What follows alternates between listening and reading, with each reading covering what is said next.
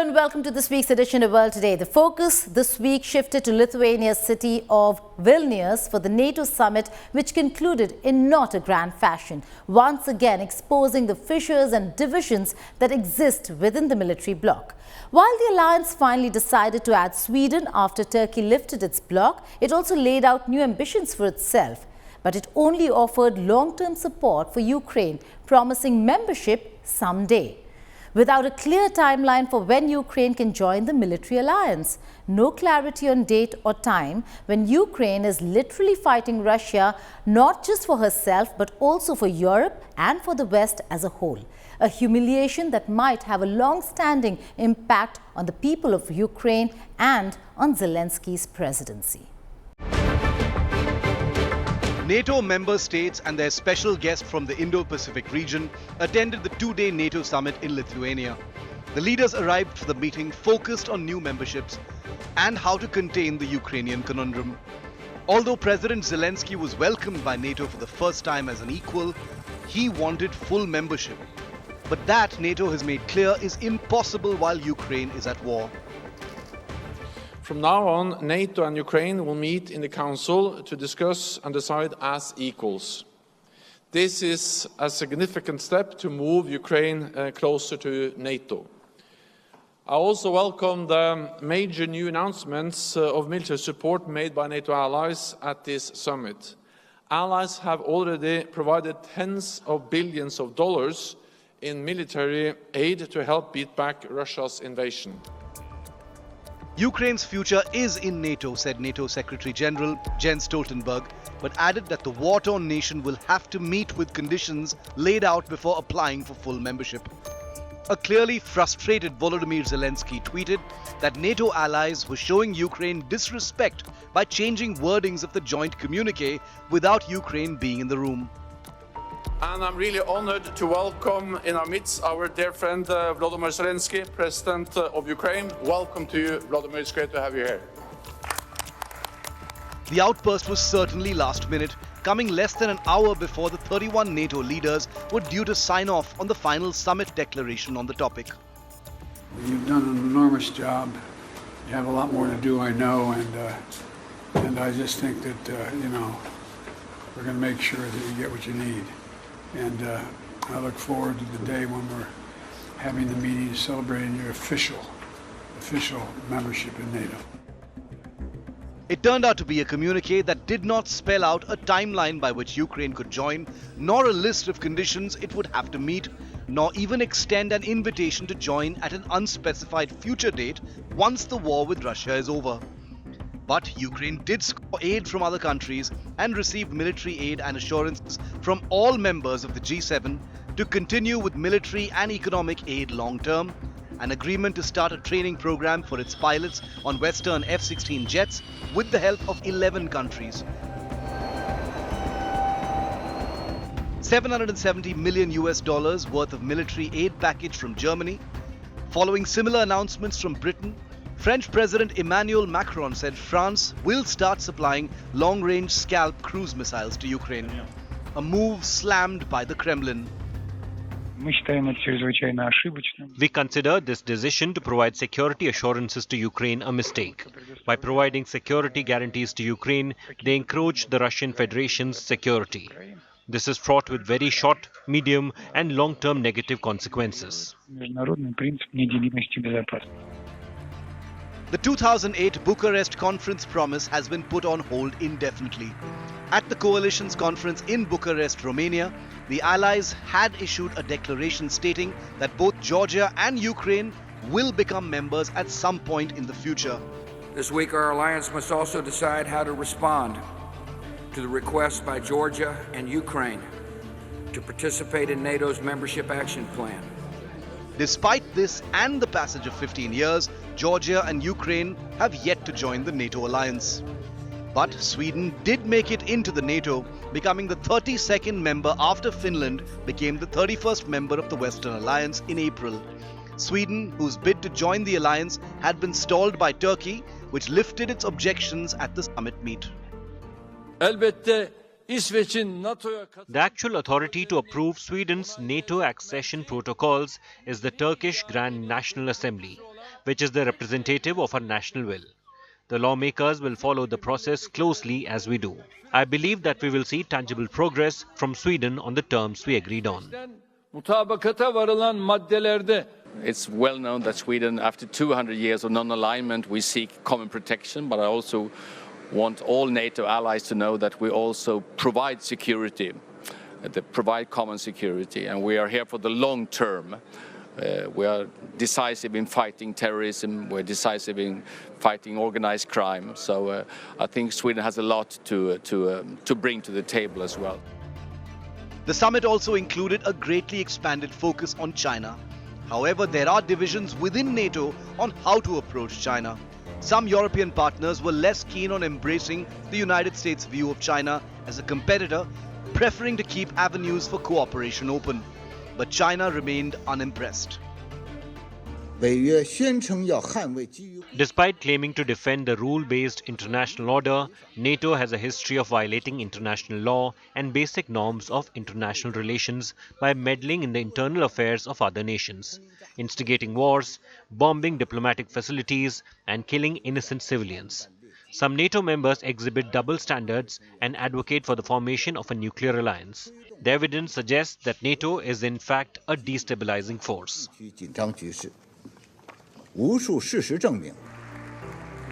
The takeaway from the NATO summit almost seemed like fatigue has set in. Continuation of the war could spell disaster for the entire region. Most of Europe is seeking diplomatic solutions to the crisis. The UK's Defence Secretary Ben Wallace reportedly told reporters that they are not an Amazon-style delivery for weapons to Ukraine. While that has upset many, it certainly sets the tone and tenor for what Ukraine can expect in the coming days or the near future. Huge protests rocked several cities of Israel after Prime Minister Netanyahu's hard-right coalition adopted a bill which aims to give an upper hand to the government over the judiciary. Take a look at this report.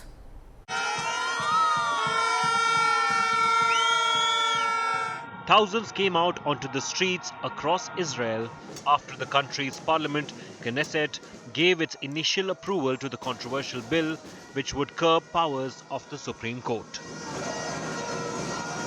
The protesters stopped traffic and blocked major intersections and highways.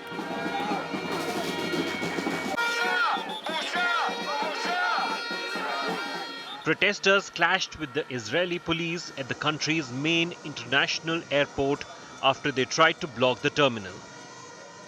I'm here to protest against what the government's trying to do to turn this beautiful, amazing country, democracy, into something totally different. I'm sure people that voted for them didn't realize exactly what the government's going to do, so I'm here to protest. This judicial overhaul faced criticism both at home and abroad.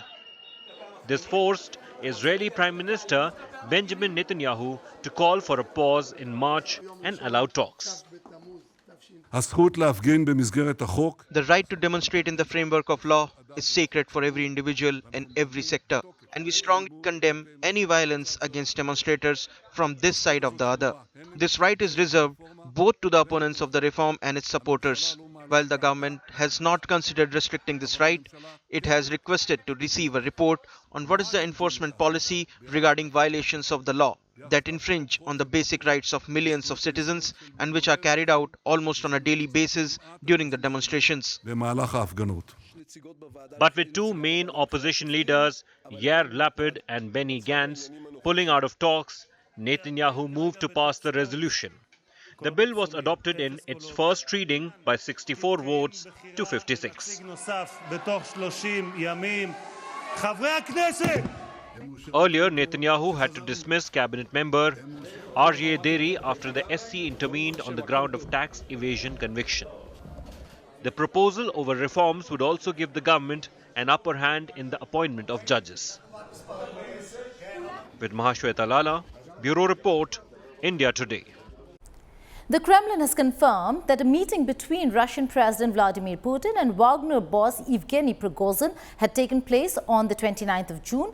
The meeting, which possibly lasted for about 3 hours, was also attended by commanders of the Wagner unit. The meeting took place after a mutiny by Prigozhin was halted after a deal was brokered by the Belarusian President Alexander Lukashenko.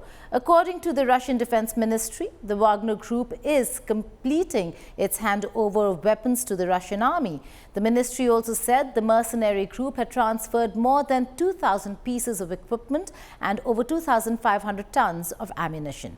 Meanwhile, Russia's top general, Chief of the General Staff Valery Gerasimov, was shown ordering subordinates to destroy Ukrainian missile sites. This was his first appearance in public after the mutiny by the Wagner Group failed.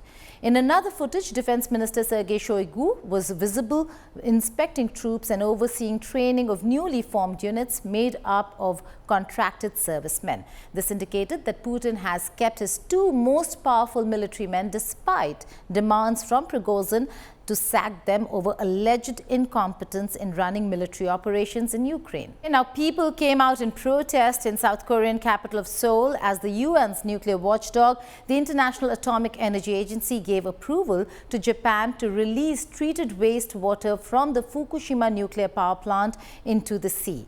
Director General Rafael Mariano Grossi was greeted with protest during his visit to Seoul after concerns about food safety. Here's a report. Hundreds of protesters took to the streets of Seoul on Saturday over Japan's plan to discharge treated radioactive water from its tsunami-hit Fukushima plant. The protest comes as the UN nuclear watchdog chief's visit to South Korea, which aimed at calming fears. Rafael Grossi, Director General of the International Atomic Energy Agency, met with South Korean Foreign Minister Park Jin on Saturday. Park told Grossi that Seoul's consistent position was that contaminated water should be verified for safety and treated in a manner that complies with international law and standards. That's according to a statement from the ministry. Earlier in the week, the IAEA said that a 2-year review showed Japan's plans for the water release would have a negligible impact on the environment. South Korea's government has said it respected the IAEA's report and that its own analysis had found the release will not have any meaningful impact on its waters. Despite that, a ban on food and seafood products from the Fukushima region would remain in place. Threads, the Meta-based app, has seen a rapid increase in its followers. Many celebrities like singers Shakira and Jennifer Lopez, basketball players including Stephen Curry, creator Pharrell Williams and talk show icon Oprah Winfrey have also joined Threads. Here is a report. Let's do this. Welcome to Threads. That was the first post from Mark Zuckerberg as he launched his new rival to Twitter. Within hours, 10 million people had signed up. Those quick to join included celebrities like Kim Kardashian and Jennifer Lopez. Brands like HBO and Netflix also launched accounts within minutes. Threads looks pretty familiar. It's built around text posts of up to 500 characters, while users can also post pictures and videos up to 5 minutes long. It's all meant to take advantage of the chaos at Twitter since it was taken over by Elon Musk. And it has one big advantage. People can sign in with their existing username from Instagram, also owned by Meta. Since Instagram claims to have over 2 billion users, that could enable Threads to gain serious scale very quickly. It also benefits from Instagram's advertising system, meaning it could draw dollars away from its rival. Threads is available in Apple's App Store and Google's Play Store. Some new users were quick to predict Twitter's demise, but Zuckerberg advised caution. He said this was just the opening moment of the first round. But the fight is definitely on. At least 8 persons were killed and several injured during protests in Kenya against the rise in the cost of living and the recently passed Finance Act. Opposition leader Raila Odinga urged Kenyans to take to the streets against the new tax hikes. Demonstrators threw stones and clashed with police in different Kenyan cities against the tax hike. Police fired tear gas in the capital, Nairobi, to disperse protesters and targeted Odinga's convoy. Some of the most intense clashes took place on the expressway linking Nairobi to its international airport. Protesters in the slums of Nairobi's Kibera have been angered by President William Ruto's government, which according to them have let them down and failed to fulfill their election promises.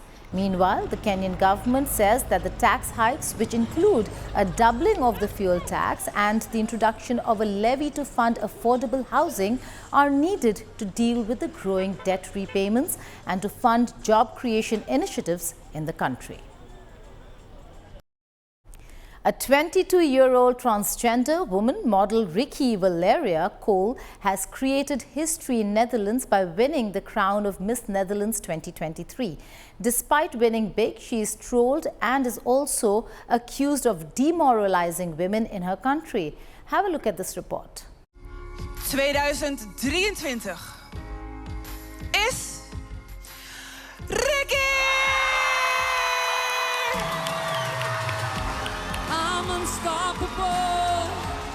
It's the first time in the 94 years of the Dutch beauty pageant history that a transgender woman model has been crowned as the winner. The 22-year-old Ricky Valerie Cole has made history after winning Miss Netherlands title, as she becomes the first transgender woman to win Miss Netherlands.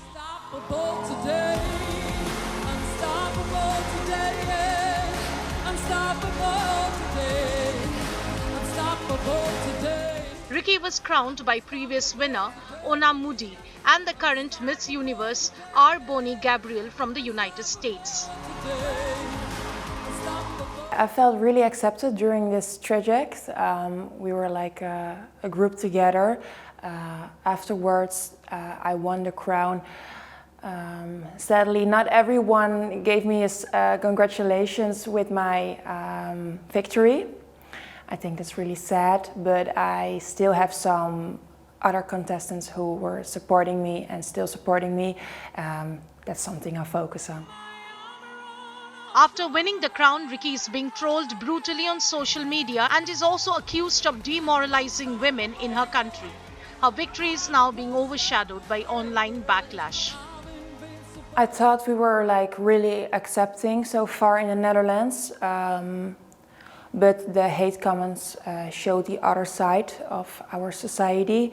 I think that's hopefully a wake-up call for much people because the reactions are half very good and the other half is like really a shame to me.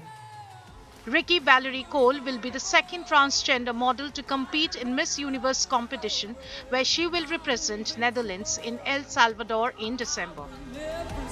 With Neha Kumari, Bureau Report, India Today.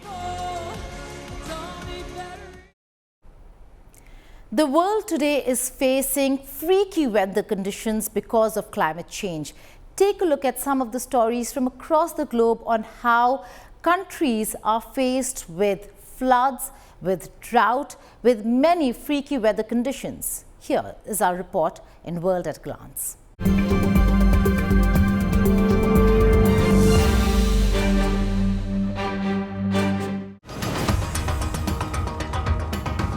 Heavy rain triggered flood-like situation in multiple provinces such as Yongcheng City, Shanxi Province and Wenan City in China. Thousands of people were evacuated and employees were ordered to limit outdoor work. China has warned its citizens of more extreme weather changes caused by climate change. US faces deadly floods in northeast and heat waves in south and the west. While parts of the northeast United States like Vermont and New York are dealing with heavy rainfall and extreme flooding, the southwestern part of the US is experiencing massive heat waves that are predicted to break records. Almost 70% of Americans are experiencing temperature above 90 degrees.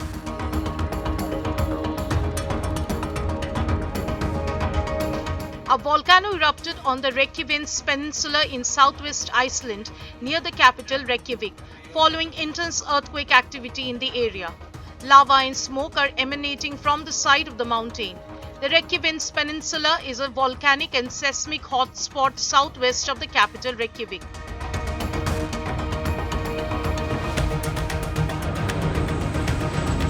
Wildfires broke out in Croatia on Thursday, with at least one village burned and several others threatened as temperature continued to soar in the country. And 3 aircraft struggled to contain the bushfire that is spreading rapidly due to strong southerly winds near the Adriatic town of Šibenik. Iraq is facing severe water shortage crisis, which has left crop growers and food producers such as Iraqi fish farmers facing loss of livelihood. Climate change is adding to their woes.